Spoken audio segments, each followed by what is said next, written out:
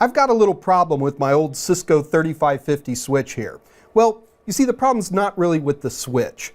The problem is one of the devices that I have plugged into it. It's giving me a lot of weird information. It's running hard. I'm nervous that things are coming in and out of that device that I don't want to see. Now, I could go to that device and do all kinds of things, but it's a busy computer. So what I want to be able to do is monitor all the IP traffic coming in and out of this device, and I want to do it remotely. Now, normally with a switch, you can't do that. I mean, the beauty of a switch is that it's a point-to-point connection, so I can't sniff the traffic going in and out of one port from a different port. Well, with a good managed switch, you can, and we call this port mirroring.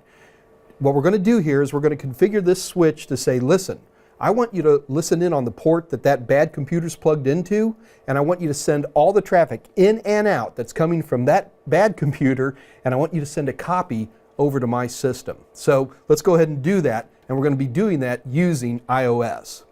Okay, so I've already got PuTTY running, so let's go ahead and just go through the process of setting this up. It's actually pretty easy. So I'm going to run good old config terminal, and now what I'm going to have to do first is I'm going to have to say, look, I want to create a session, a sniffing session kind of like, and we're going to give it a number. In this case, I don't have any yet, so I'll call it number 1.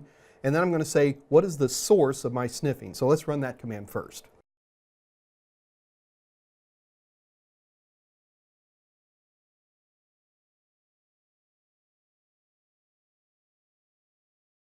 So what we did here is we said, listen, let's create a first sniffing session, and we're going to call it session 1, and I want the source to be my fast Ethernet port 22. So that's all I've done up to this point.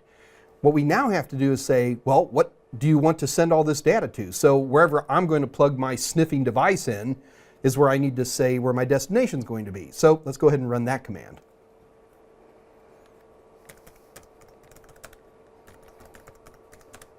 So monitor session 1, except this time I'm going to say destination.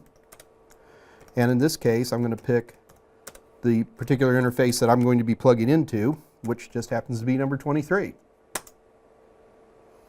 And Viola, it's done. So setting up port mirroring is actually fairly simple with Cisco devices using iOS. Some Soho devices also have port mirroring. It's usually in a graphical interface, and you just say, turn on port mirroring and send it to port 3 kind of stuff.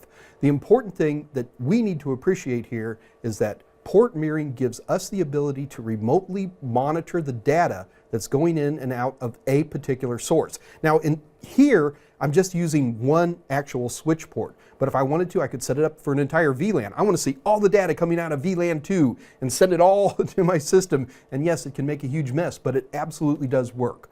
So when you absolutely, positively have to know what's happening way over there, use port mirroring.